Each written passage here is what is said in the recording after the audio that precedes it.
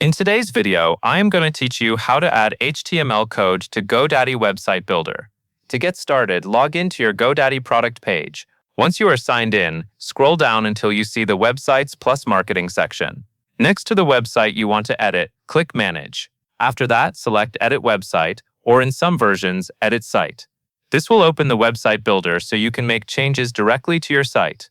Once you are inside the editor, go to the exact page where you want your custom HTML code to appear. It is a good idea to decide on the placement before adding anything, because that will make the setup faster and help you keep the page layout clean and organized. After you open the right page, look for the specific section where the code should be inserted. Now click the Add Section button, which is usually shown as an orange plus icon on the page layout.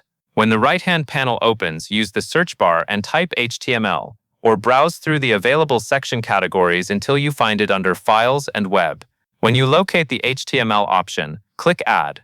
This will place a new HTML section onto your page. After the section has been added, click on that new section so its settings appear in the right-hand panel. You will see a custom code field. This is where you will paste your HTML code.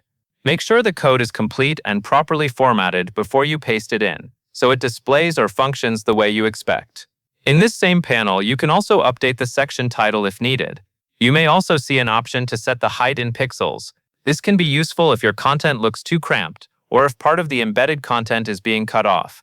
Adjusting the height helps the section fit your code more cleanly. Once everything is in place, click Preview to check how the section looks on the page. This is an important step because it lets you confirm that the code appears correctly and that the layout still looks good. If everything is working the way it should, go to the top right corner and click Publish. That will make your custom HTML live on your website for visitors to see. That covers everything you need to know.